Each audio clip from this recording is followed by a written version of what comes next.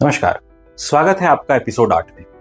अब तक हमने कोर बिलीफ्स को समझा, कोर बिलीफ से एसोसिएटेड प्रिंसिपल ड्राइवर्स को समझा और यह भी जान लिया कि जब एक बार कोर बिलीफ तय हो जाती है तो उनके ऊपर प्रिंसिपल ड्राइवर्स हावी होकर के किस तरह से हमारे जीवन की दशा और दिशा डिसाइड करते हैं। हमने ये समझा कि डॉट टाइप या point type individualistic core belief में हमारे ऊपर हावी होते हैं प्लेजर सीकिंग प्रिंसिपल ड्राइवर्स, मतलब हमारा जीवन ड्रिवन होता है सिर्फ एक प्रकार के फ्यूल से, जो कि है प्लेजर सीकिंग। प्लेजर सीकिंग हो सकता है सुपरफिशियल रिलेशनशिप्स में हो, इधर उधर के ट्रिप्स में हो, अल्कोहल में हो, या कुछ वेन ग्लोरियस डिजायर्स में हो। मतलब एक सुपरफिशियल लाइफ में वो सुपरफिशियल लाइफ सोशली अप्रूव्ड भी हो सकती है, यानी कि ज्यादा मार्क्स लाना, बहुत अच्छा ज्यादा पैसा कमाना, पर there is no depth in life. उसके बाद साइंटिफिक एग्नोस्टिसिज्म की लाइन टाइप बिलीफ, जहां पर प्रिंसिपल ड्राइवर होता है exploration for the sake of dominance. मतलब हम खोजना तो चाहते हैं, नई नई जगहों को जानना चाहते हैं, साइंस को समझना चाहते हैं, ये यूनिवर्स कैसे काम करता है जानना चाहते हैं, लेकिन इन सब के पीछे जो ड्राइव है वो डोमिनेंस की है कि कैसे मैं ये नॉलेज एक्सट्रैक्ट करके इस सृष्टि पे, अपने आसपास के लोगों पे, इस धरती पे हावी हो जाऊं। ब्रोकन ट्रायंगल में हमने ये देखा कि इस स्थिति में, इस कोर बिलीफ में जो प्रिंसिपल ड्राइवर है वो ये है कि हम किस तरह से डोमिनेंस स्थापित करें for the sake of likeness. मतलब मेरी जैसी विचारधारा है, मैं जो चाहता हूं वही सब पे थोप दिया जाए, कट कॉपी पेस्ट, मतलब सब कुछ हमारे जैसा ही हो। There should be elimination of diversity, physically भी, इवन सोच विचार के हद तक भी, कि बस यही सोचा जा सकता है, यही सही है, बाकी सब गलत है। और हमने ये देखा कि जब फुल ट्रायंगल हमारी कोर बिलीफ होती है तो सोच होती है संवाद के माध्यम से संबंध स्थापित करना। पर ये हो क्यों रहा है, ये अलग अलग प्रिंसिपल ड्राइवर्स आ क्यों रहे हैं? तो शायद आपने सुना होगा सृष्टि, स्थिति और लय, यानी कि चीजें बनती हैं, वो कुछ समय तक रहती हैं और समाप्त हो जाती हैं। यानी things originate, they stay for a while and then they disseminate। सृष्टि, स्थिति और लय, यानी कि चीजें बनती हैं, वो कुछ समय तक रहती हैं और समाप्त हो जाती हैं। यानी things originate, they stay for a while and then they disseminate। आपने देखा मैंने क्या किया?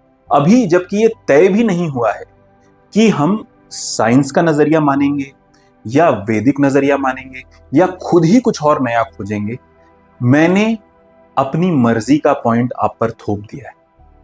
आप कहेंगे ये कैसे? मैंने शब्द इस्तेमाल किया सृष्टि, स्थिति, लय, जिसे आप ब्रह्मा, विष्णु, महेश से रिलेट करके देखते हैं। और वहां मैंने क्या कहा? Origin, sustenance and dissemination. Origin, मैंने क्रिएशन शब्द का इस्तेमाल नहीं किया।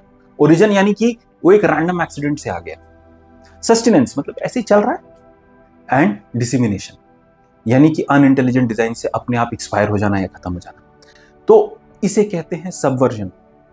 मैंने आपकी सोच में आपके शब्द यूज किए, सृष्टि, स्थिति, लय, जिसे आप ब्रह्मा, विष्णु, महेश का वाचक या द्योतक समझते हैं, वहां पे मैंने उसे ट्रांसलेट कर दिया अंग्रेजी में, और अंग्रेजी और हिंदी में फिर जाकर के मैंने अनुवाद कर दिया, और मैंने इस पे साइंटिफिक अध्यारोप, यानी मैंने इसके ऊपर साइंस ला दिया। आपको पता भी नहीं चला और किस तरह से मैंने आपकी सोच में अपना आइडिया सबवर्ट किया। तो हमें सावधान रहना बहुत जरूरी है कि हम क्या सुन रहे हैं, क्या पढ़ रहे हैं, और किस तरह से किसका एजेंडा हमारे अंदर कभी भी प्रवेश कर सकता है। खैर, हम आगे बढ़ते हैं। सृष्टि, स्थिति, लय। कोई भी चीज अगर आप साइंस मानने वाले हैं तो फिर आप कहेंगे कि भाई ओरिजिन, सस्टेनेंस एंड डिसेमिनेशन या डिस्ट्रक्शन। और अगर आप धार्मिक बैकग्राउंड से हैं या रिलीजियस बैकग्राउंड से हैं तो आप कहेंगे क्रिएशन, सस्टेनेंस एंड डिस्ट्रक्शन।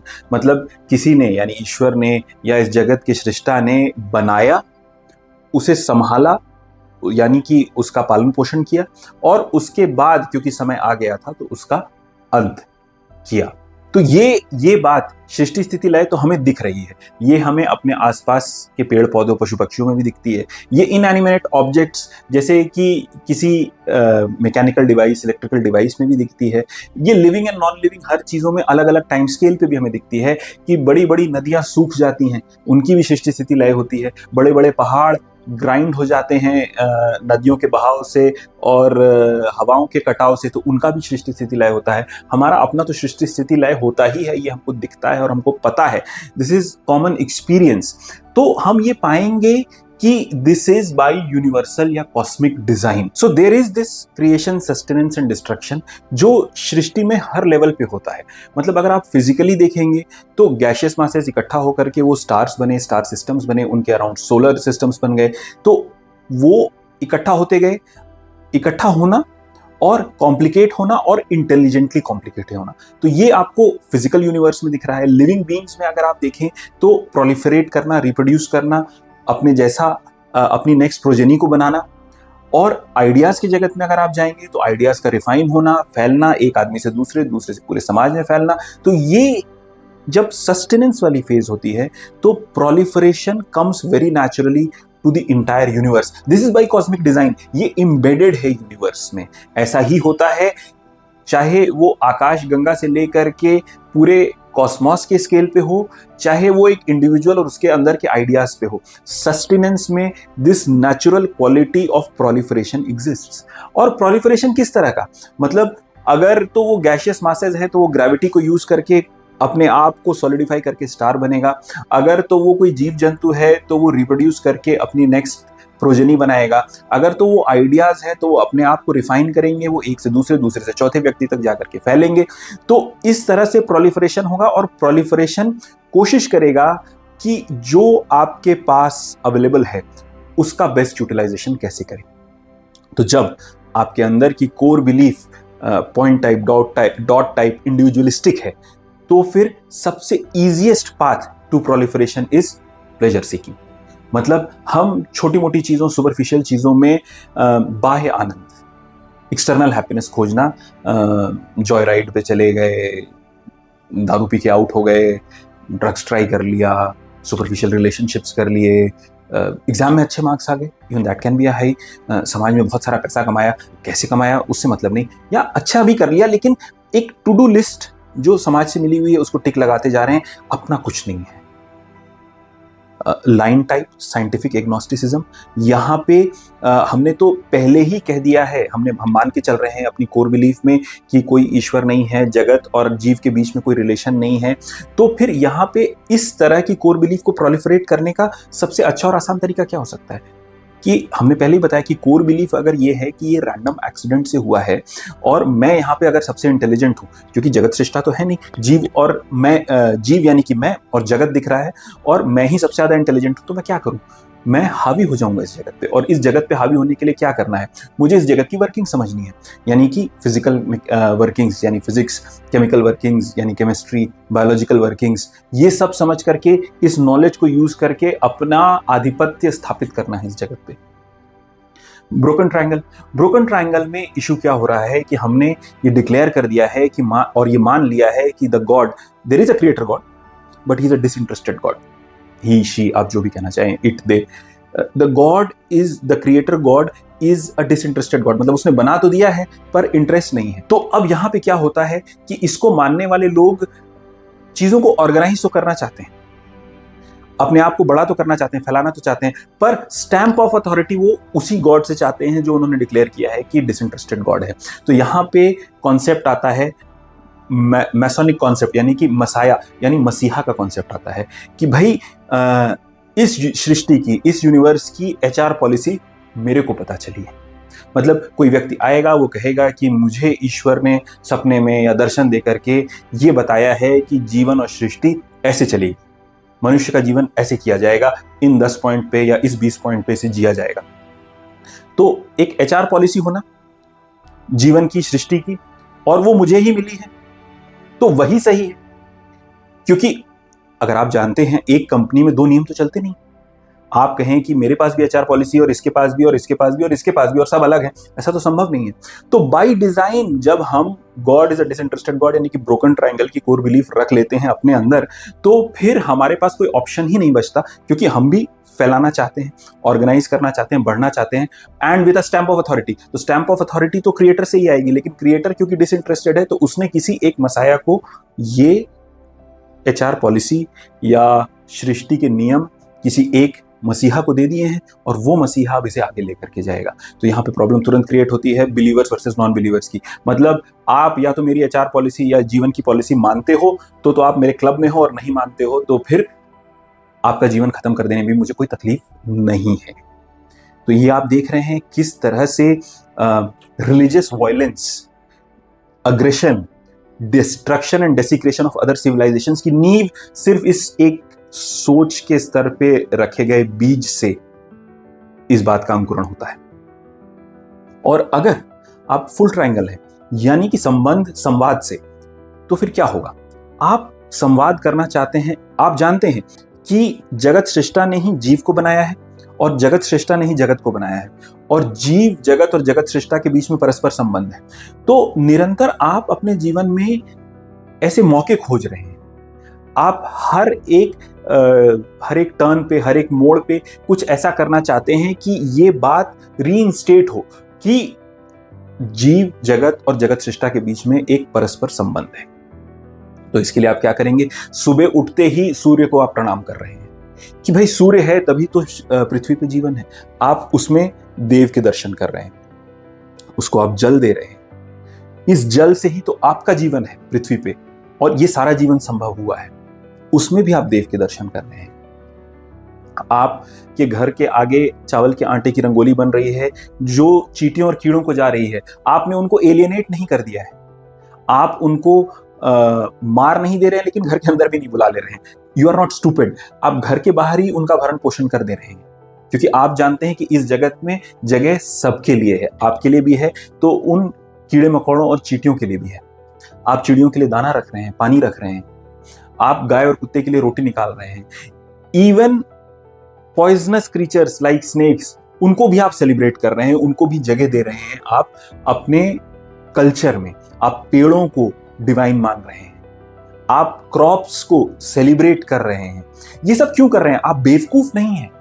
आप इस बात को बार बार अच्छी तरह से स्पष्ट करना चाहते हैं, स्थापित करना चाहते हैं, अपने भीतर इस बात को पूर्णतया प्रकाशित कर देना चाहते हैं कि मैं इस सृष्टि से अलग नहीं हूं, मैं इस सृष्टि का एक हिस्सा हूं, और मुझे और इस सृष्टि को बनाने वाला जगत सृष्टा, this god is an involved god.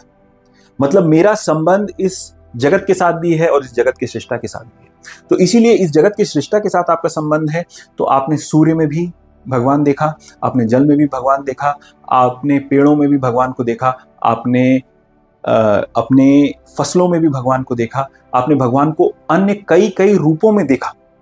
मतलब जिन क्वालिटीज को आपने ह्यूमनली डिवाइन समझा, यानी अगर आपने मदरली लव को डिवाइन समझा, महान समझा, मनुष्य के जीवन का सबसे उत्कृष्ट पैमाना माना, तो आपने भगवान को माँ के रूप में भी देखा। अगर आपने ये समझा, आपके समाज ने वीरता को बहुत महत्व दिया, आपने ये समझा कि ये बहुत महत्वपूर्ण क्वालिटी है, तो फिर आप श्री स्कंद जैसे वॉरियर गॉड्स की आप प्रार्थना करते हैं, उनसे प्रेरणा लेते हैं।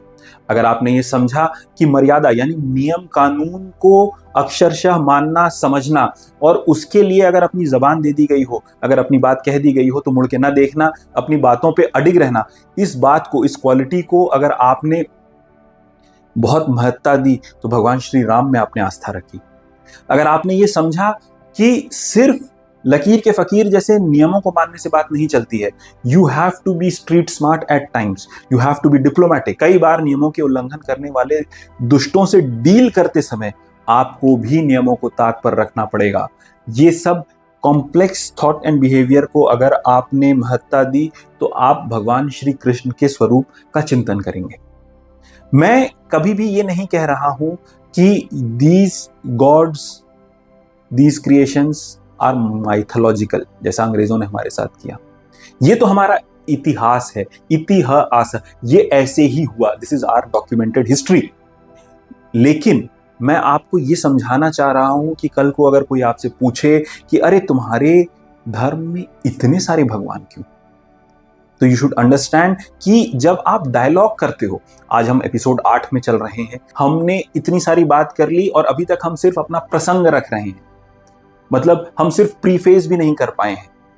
तो जो सिविलाइजेशन 5 to 7,000 ईयर्स एज पर इंग्लिश कैलेंडर, लेकिन जो सिविलाइजेशन जिसे हम जानते हैं कि अनवरत शायद हजारों लाखों साल से चला आ रहा है, जिसकी इतनी बड़ी डॉक्यूमेंटेड हिस्ट्री है, तो वो जैसे जैसे चेंज होगा, जिस तरह से वो बदलाव उस समाज में आएगा, वो जिन क्वालिटीज को अच्छा या बुरा समझेगा, उसके जो स्टोरीज और नैरेटिव्स गढ़े जाएंगे और इतिहास में वो किसको महान और किसको तुच्छ समझेगा, उसके अनुसार, उसके अनुरूप वहां पे अलग अलग नायक और खलनायक बनेंगे। तो मैं आशा करता हूं कि अब आप ये बात समझ रहे होंगे कि क्यों एक तरह का प्रिंसिपल ड्राइवर एक तरह की कोर बिलीफ को गाइड करने आता है। क्योंकि जब आपने सिर्फ ये सोच लिया बहुत अच्छे से कि मैं और मेरी खुशी, मैं और इसके अलावा कुछ नहीं, तो फिर आपको, आपके जीवन को फ्यूल करने वाला, यानी आपके जीवन को आगे ले जाने वाला, सस्टेन करने वाला प्रिंसिपल ड्राइवर यानी की मोटिवेटर क्या ही हो सकता है? वो हो सकता है कहीं पे भी प्लेजर सीकिंग। क्योंकि दुख की तलाश तो आप नहीं करोगे ना। आप ये तो नहीं कहोगे कि अरे वाह आज मेरी उंगली कट जाए, या मेरे को सरदर्द होने लग जाए, या मुझे कोई तकलीफ हो। ये तो कोई नहीं करता। There is natural desire to seek pleasure. तो फिर वही आपका प्रिंसिपल ड्राइवर बन जाएगा। जब आप साइंटिफिक एग्नोस्टिसिज्म में होगे, यानी कि आपने जगत सृष्टा को तो एलिमिनेट ही कर दिया पिक्चर से, तो आप डोमिनेट करना चाहते हो। वो डोमिनेट आप कैसे करोगे? सिर्फ बल से नहीं, सिर्फ शारीरिक बल से नहीं होगा, आप ज्ञान से भी डोमिनेट करना चाहोगे।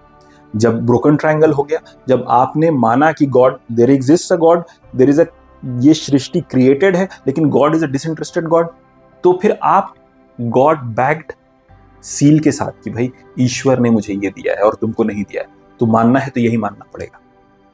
तो इस तरह की एक मसाया बेस्ड रिलीजन के फॉलोअर बन जाएंगे, जहां पे आप लोगों को कॉन्ग्रेगेट करना चाहेंगे एकदम अपने जैसे, मतलब वही एचआर पॉलिसी मानिए, आप सोच भी नहीं सकते उसके बाहर।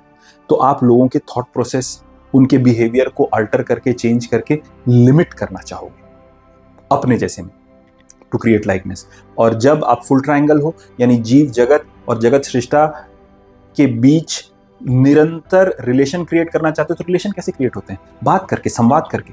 तो वो संवाद करने के लिए आप अलग अलग चीजें खोजोगे, इन्वेंट करोगे। अब जबकि 8 एपिसोड्स तक की यात्रा हम सब ने मिलकर के तय की है, मैं बताना चाहूंगा कि 9वें एपिसोड से ये यात्रा फुल ट्रायंगल पर्सनालिटीज के साथ या उनके लिए की जाएगी। पर आप कहेंगे कि अरे मैं भी तो यहां तक आया हूं, मुझे भी तो इंटरेस्ट है आगे जाने का, क्या आप मुझे छोड़ देंगे? क्या dot type individual, point type individuals को छोड़ दिया जाएगा? साइंटिफिक एग्नोस्टिसिज्म वाले लोगों को छोड़ दिया जाएगा? ब्रोकन ट्रायंगल वाले लोगों को छोड़ दिया जाएगा? नहीं, मैं छोड़ने की बात नहीं कर रहा हूं। मैं ये कह रहा हूं कि ये आगे का संवाद उन्हीं को अच्छा लगेगा जो फुल ट्रायंगल में है। लेकिन आप कहेंगे कि मैं भी फुल ट्रायंगल बन सकता हूं, मैं कन्विंस्ड हूं, मुझे लगता है कि इस रास्ते को मुझे देखना चाहिए, एक्सप्लोर करना चाहिए, तो क्या मुझे छोड़ दिया जाएगा? नहीं। एपिसोड 9 में हम खोजेंगे समाधान। मतलब अगर आप वास्तविकता में इंटरेस्टेड हैं इस जर्नी को आगे ले जाने के लिए, हमारे साथ आगे बढ़ने के लिए, और आप पॉइंट टाइप या डॉट टाइप इंडिविजुअल हैं, या साइंटिफिक एग्नोस्टिसिज्म लाइन टाइप हैं, या ब्रोकन ट्रायंगल में हैं, तो कैसे आप भी फुल ट्रायंगल की ओर आगे बढ़ सकते हैं और कैसे इन समाधानों के माध्यम से इस जर्नी में हमारे साथ बने रह सकते हैं। धन्यवाद।